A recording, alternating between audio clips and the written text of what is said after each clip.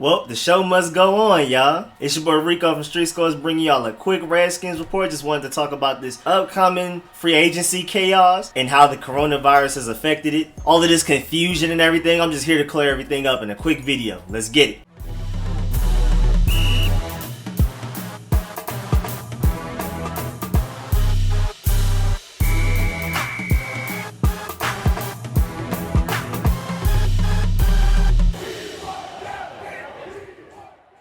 Alright, so for a few hours now, kind of the past few days, because of the coronavirus and how it's affecting everything, with teams not being able to meet with players in person, they've been having to do it over phone and over Skype and stuff like that to have official meetings. And with the NBA, the MLB, and all of those sports, basically everything except bowling, getting delayed / canceled, like the NCAA tournament, people were worried about if whether or not the NFL will have to delay or cancel some things. And the league year was set to start, well, legal tampering set to start this Monday, as in March 16th, and then the official league year was supposed to start Wednesday. And then a couple of hours ago, it was reported that there was speculation that the league year may not be moved, and we may actually go with the actual schedule. So there were conflicting reports all over the place, but now it's official. Legal tampering will begin tomorrow. The franchise tag deadline is 11:59 a.m. 59 seconds on Monday, tomorrow. And then 1 second later, legal tampering starts, which is when teams can actually start talking with free agents and actually meeting with them and discussing contract details, years, all of that type of stuff. So at noon is when we're about to start getting busy and getting all kinds of news, tweets, all of that type of stuff. Such and such is gonna sign with such and such by Wednesday, which is when free agency officially opens and the league year officially starts. Wednesday, March 18th at 4 p.m., free agency officially opens. So all of the deals and the trades become official. So for people who don't know, Monday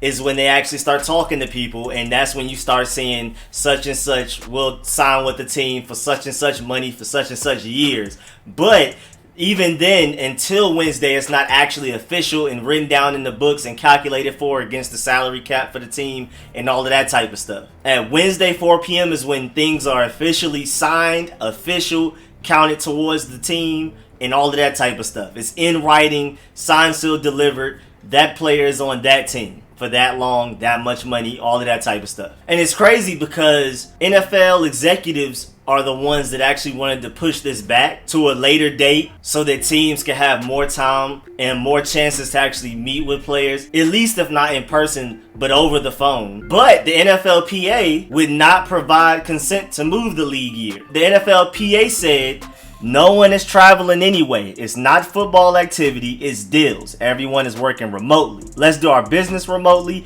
and this could get worse before it gets better, so do it now. So it looks like most of the reason why all of these dates that I just mentioned will not get pushed back further is mostly because of the NFLPA. And you know the NFL can't make decisions without the NFLPA's consent. And tomorrow is where things get interesting. I mean, you have so many big name free agents out there. Austin Hooper, Byron Jones, Amari Cooper, James Bradbury, I mean even Tom Brady. Maybe Dak Prescott will make a decision then. Maybe my Redskins can figure out what they're going to do with Trent Williams then. Maybe Redskins wise we can figure out if we're going to restructure Ryan Kerrigan's contract, extend Brandon Sheriff, extend Eric Flowers, all of that type of stuff. But as we've seen today with Anthony Costanzo getting a new deal, Ryan Tannehill getting a new deal, Devin McCourty getting a new deal, Calais Campbell getting traded to the Ravens for a 5th round pick and then getting a new deal, you can see that the new CBA deal getting done also spring-loaded a lot of things happening. It's also a big start for a domino effect. The new CBA deal with the salary cap increasing some was the catalyst for a lot of deals getting done today as in Sunday. My boy Bradley Roby for the Texans got signed for 3 years, I believe. I know I missed a few deals, but I'm just giving y'all some of the main ones. But speaking of salary cap, the salary cap for 2020 is now $198.2 million officially. Technically, overall player costs per club are $242.9 million.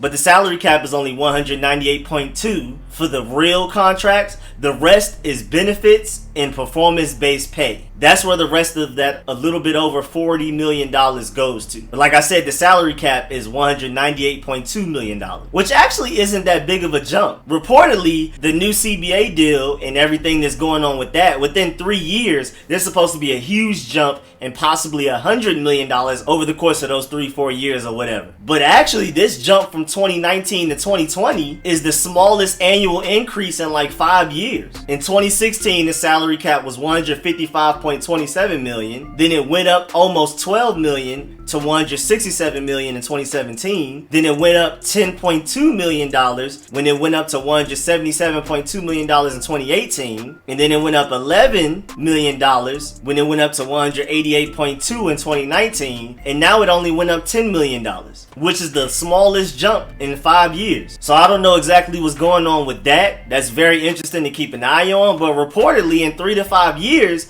the salary cap will go up another $100 million. So we'll see what happens with that. Also, very recently, the CDC recommended the cancellation or postponement of all events with 50 people or more for the next 8 weeks, which is crazy because OTAs are scheduled to commence within 8 weeks, and NFL rosters are 90 players, and that's just the players. That's not the coaches, that's not the staff, the trainers, the film guys, front office, doctors, family members. That's gonna go well into the hundreds. So I'm gonna keep y'all updated on how this affects OTAs, mini camp, training camp, the NFL draft. I mean, it's even crazy for the Redskins because just like the Giants, the Browns, and the Cowboys, we all have new head coaches. For our Redskins, it's Ron Rivera. We can begin our off-season workout programs 2 weeks before everybody else who have returning head coaches. We can begin April 6th, which is in like 3 weeks. So that's very interesting right there because normally teams with new head coaches have an advantage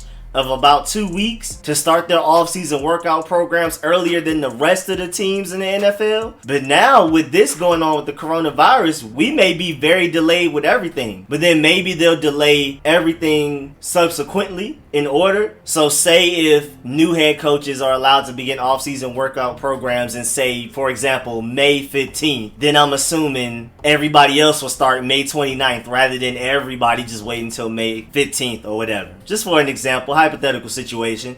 But the draft is going to be very interesting. So like I said, I'm going to keep y'all updated with that. I'm going to keep y'all updated with everything on how the coronavirus is affecting the NFL and all of that type of stuff. Also, shouts out to Daniel Snyder. He's been looking like a real, actually good owner these past few months. He was the first one to announce that Redskins scouts and all of those type of people will be canceling their 30 pre-draft visits and all of that and will not be traveling and everything. And then everybody else in the league follows suit. So shouts out to Dan Snyder for being the first one on that. And specifically for my Redskins, also affecting the draft is pro days. Ohio State's Pro Day was scheduled to be March 25th, but it looks like that's going to have to get delayed. So we'll have to wait to see Chase Young show what he can do until later, until we get all of this under control. And also, the NFL canceled the spring owners meetings that was scheduled for March 29th through March 31st in West Palm Beach, Florida. And as far as college football goes, my Georgia Bulldogs aren't allowed to recruit in person till March 31st. That may even get delayed. The whole SEC has postponed their recruiting until March 31st. I mean, it's just so many crazy how many NFL employees are working from home now. Like the majority of them. But like I said, when I get more information on everything, I will report it to y'all. I will update y'all. I'll stay on top of it. I got y'all over these next few weeks concerning all of this coronavirus mess and what's going on in free agency and all of that type of stuff. So if you liked the video, please like it. Goes a long way for me. Doesn't hurt you at all. Even if you disliked it, dislike it before you leave the video. Just click one or the other before you leave. Also, please subscribe if you haven't. Draft talk coming. Major NFL news, especially concerning the draft, free agency, and how the coronavirus is affecting it all. And of course, for my Redskins fans, major Redskins news out there. And anything UGA that's important that may come out, I'll also update that. And I appreciate the support. I'll catch y'all later. I'll see y'all on my next live stream, Sunday at 2 p.m. at the latest. I may live stream before then also, since we all just have so much free time now. I'll catch y'all later. I'm out.